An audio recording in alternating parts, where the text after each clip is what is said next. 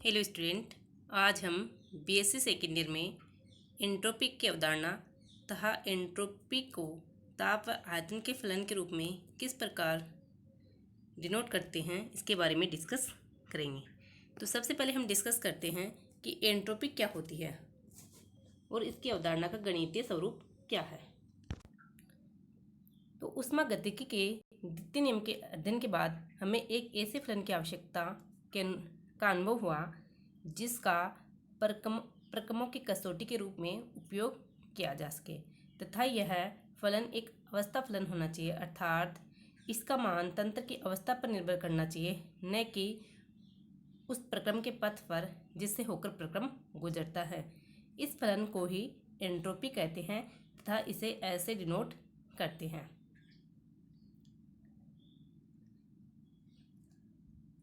परंतु इसकी परिभाषा अनंत सूक्ष्म परिवर्तन ds के रूप में दी जाती है, जो इस प्रकार है कि किसी तंत्र द्वारा उत्क्रमणीय प्रकार से अवशोषित ऊष्मा तथा वह परमताप जिस पर ऊष्मा अवशोषित की गई है का अनुपात एंट्रोपी परिवर्तन कहलाता है। यदि T ताप पर dq रिवर्सिबल उत्क्रमणीय प्रकार से अवशोषित ऊष्मा की मात्रा हो तो एंट्रोपी परिवर्तन ds बराबर dq रिवर्सिबल अपॉन T से डिनोट किया जाता है, जहाँ ds अनंत सूक्ष्म परिवर्तन को अनंत सूक्ष्म एंट्रोपी परिवर्तन को शो करता है। यदि तंत्र निश्चित ताप T पर Q रिवर्सिबल ऊष्मा अवशोषित करके अवस्था A से B में जाता है तो एंट्रोपी में परिवर्तन परिमित होता है, जिसे डेल्टा S से डिनोट करते हैं, और डेल्टा S बराबर SD माइनस SA बराबर Q रिवर्सिबल अपॉन T होता है। एंट्रोपी भी एक अवस्था फलन ही है जिसका मान तंत्र की प्रारंभिक व अंतिम अवस्था पर निर्भर करता है तथा एंट्रोपी एक मात्रात्मक गुणधर्म है तथा एंट्रोपी की इकाई कैलोरी प्रति डिग्री या जूल प्रति डिग्री होती है।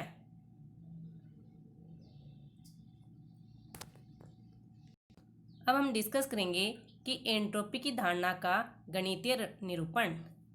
ये एक डायग्राम दिखाया गया है जिसमें एक ABA एक उत्क्रमणीय चक्रीय प्रक्रम है जिसमें तंत्र अवस्था A से B तथा वापस अवस्था B से A में उत्क्रमणीय रूप से परिवर्तित होता है।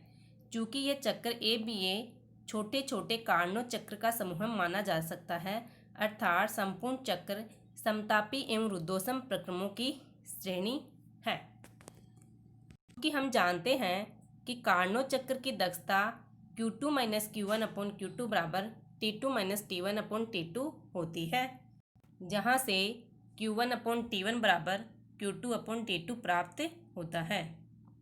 या कार्नो इंजन की दक्षता को समीकरण 1 द्वारा निरूपित किया जाता है, जो इस प्रकार है Q2 upon T2 plus minus Q1 upon T1 बराबर 0, जहाँ Q2 अवशोषित ऊष्मा है अतः इसका चिन्ह धनात्मक होता है तथा Q1 विसर्जित ऊष्मा है अतः इसका चिन्ह ऋणात्मक होता है। यदि Q1 व Q2 को ऊष्मा विनिमय के रूप में माना जाए तो इसे समीकरण 2 से निरूपित किया जाएगा, जो इस प्रकार है Q1 upon T1 plus Q2 upon T2 बराबर 0।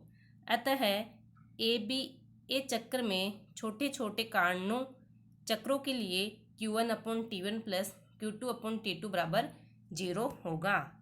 अतः उत्क्रमण चक्र ABA के लिए उपयुक्त समीकरण को निम्न प्रकार लिख सकते हैं, समेसन Q अपॉन T बराबर 0। यदि परिवर्तन अनंत सूक्ष्म हो तो समीकरण 3 को निम्न प्रकार से लिख सकते हैं, समेसन DQ अपॉन T बराबर 0।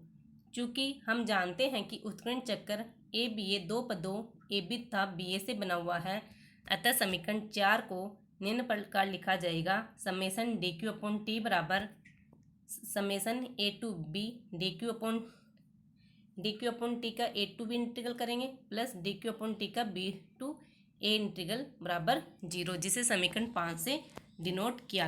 अब समीकरण 5 से पथ फर्स्ट के लिए DQ upon T integral A to B बराबर पथ सेकंड के लिए DQ अपॉन T बराबर minus B to A integral, या इसको निम्न प्रकार भी लिख सकते हैं कि A to B DQ upon T का इंटीग्रल B टू A या बराबर minus d q upon t का B2 इंटीग्रल ए किया जाएगा। तो इससे स्पष्ट है कि ऊर्ली तंत्र की प्रारंभिक व अंतिम अवस्था में ही चेंज हो रहा है। तो स्पष्ट है कि integral d q upon d integral a to b एक निश्चित राशि है जिसका मान परिवर्तन के पथ पर निर्भर नहीं करता है, परंतु अवस्था ए तथा बी पर निर्भर करता है। अतः स्पष्ट है कि यह राशि एक अवस्था फलन है और यह फलन एंट्रोपी कहलाता है। अतः एंट्रोपी एक अवस्था फलन है। अतः इसे निम्न प्रकार से लिख सकते हैं कि डेल्टा एस बराबर s b minus s a बराबर डी क्यू अपॉन टी का इंटीग्रल ए टू बी, या डेल्टा एस बराबर डी क्यू अपॉन टी का इंटीग्रल ए टू बी, जिसे समीकरण 7 से रिप्रेजेंट किया गया है, जहाँ डी क्यू उत्क्रमणीय प्रकार से अवशोषित ऊष्मा की मात्रा है। अतः प्रत्येक अत्यंत सूक्ष्म परिवर्तन के लिए D Q reversible upon T होगा। अतः स्पष्ट है कि तंत्र द्वारा अवशोषित ऊष्मा धनात्मक होती है, अतः एंट्रोपी परिवर्तन भी धनात्मक होगा। अतः ऊष्मा का अवशोषण होने पर एंट्रोपी बढ़ेगी, परंतु तंत्र द्वारा विसर्जित ऊष्मा ऋणात्मक होती है, अतः एंट्रोपी परिवर्तन भी ऋणात्मक होगा। अर्थात ऊष्मा का विसर्जन होने पर तंत्र की एंट्रोपी घटेगी। चूँकि हम जानते हैं कि रुद्धोष्म प्रक्रम में अवशोषित ऊष्मा का मान 0 होता है, अतः ds बराबर 0.t बराबर 0 प्राप्त होगा, अतः एंट्रोपी परिवर्तन भी 0 होगा।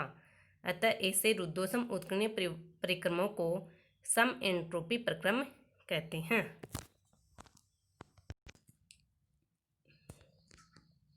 अब हम डिस्कस करेंगे कि ताप व आयतन के फलन के रूप में एंट्रोपी।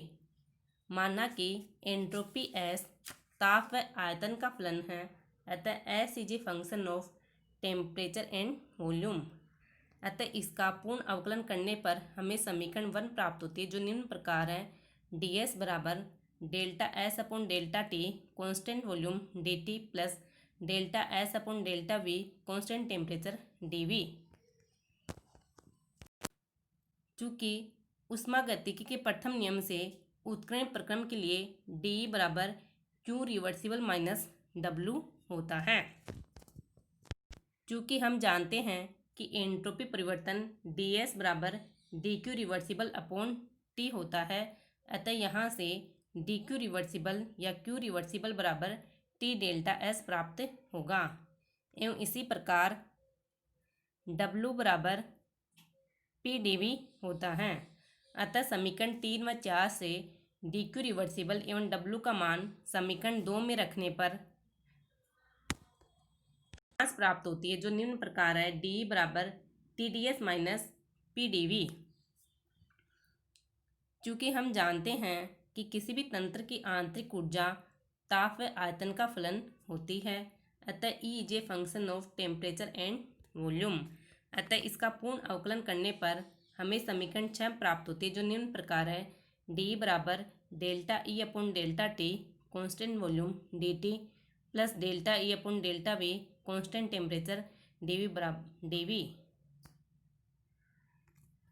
अब समीकरण 5 से डी ई का मान समीकरण 6 में रखने पर तो T D S minus P D we बराबर delta E upon delta T constant volume D T plus delta E upon delta we constant temperature D V.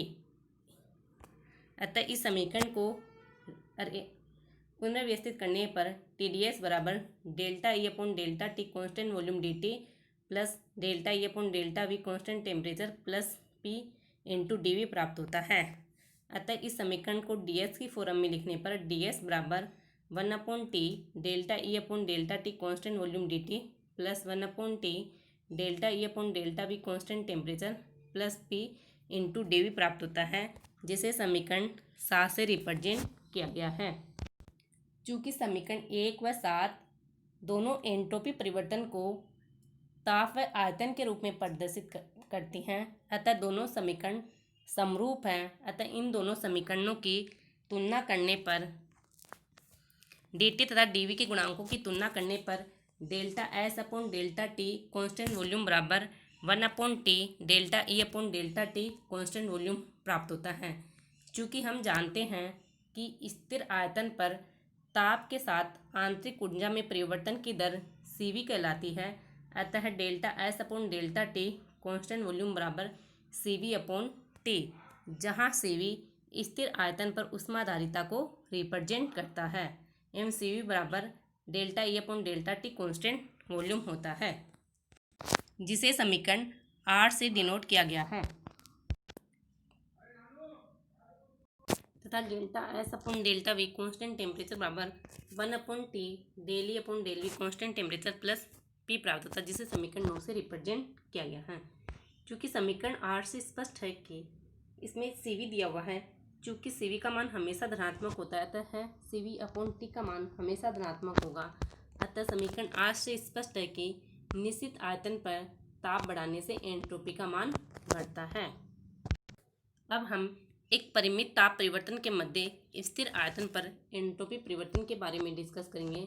अतः समीकरण 8 से परिमित ताप T1 व T2 के मध्य स्थिर आयतन पर एंट्रोपी परिवर्तन डेल्टा एस बराबर CV upon T dt integral T1 से T2।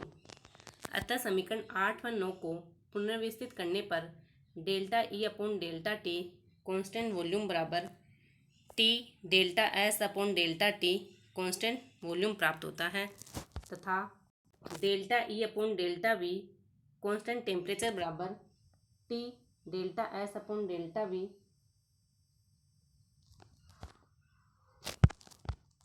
टेम्परेचर माइनस P प्राप्त होता है।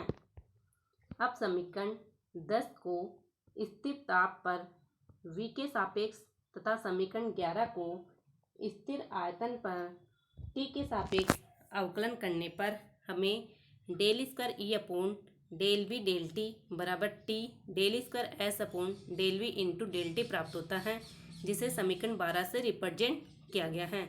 इसी प्रकार समीकरण 11 का स्थिर आयतन पर T के सापेक्ष अवकलन करने पर del square E upon del t into del v बराबर T del square s upon del t into del v plus delta S upon del v constant temperature minus del v upon del p upon del t constant volume प्राप्त होता है, जिसे समीकरण 13 से represent किया गया। समीकरण 13 में से समीकरण 12 को घटाने पर हमें यह प्राप्त होता है delta S upon delta we constant temperature minus delta P upon delta T constant volume बराबर 0।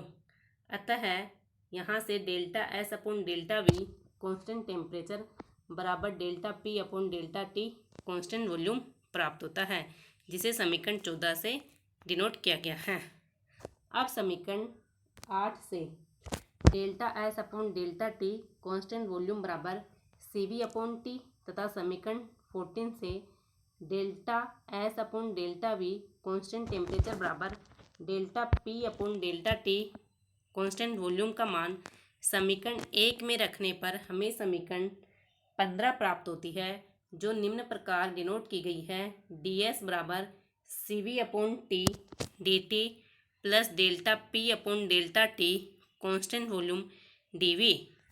यह समीकरण एंट्रोपी की आयतन पर निर्भरता के लिए एक सिंपल समीकरण है, जहाँ DS एंट्रोपी परिवर्तन को निर्भर करता है, CV स्थिर आयतन पर ऊष्माधारिता को रिप्रेजेंट करता है, तथा delta P upon delta T constant volume स्थिर आयतन पर T के सापेक्ष दाब में परिवर्तन की दर को प्रदर्शित करता है।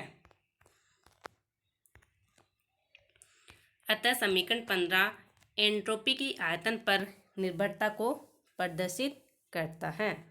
इस प्रकार हमने इस वीडियो में एंट्रोपी की अवधारणा, एंट्रोपी का अवस्था फलन है, क्यों है, एंट्रोपी की इकाई तथा एंट्रोपी का ताप व आयतन के फलन के रूप में किस प्रकार डिनोट किया जा सकता है, तथा परिमित ताप परिवर्तन के मध्य स्थिर आयतन पर एंट्रोपी परिवर्तन क्या होगा, तथा एंट्रोपी की आयतन पर निर्भरता के लिए समीकरण क्या है, ये डिस्कस किया है।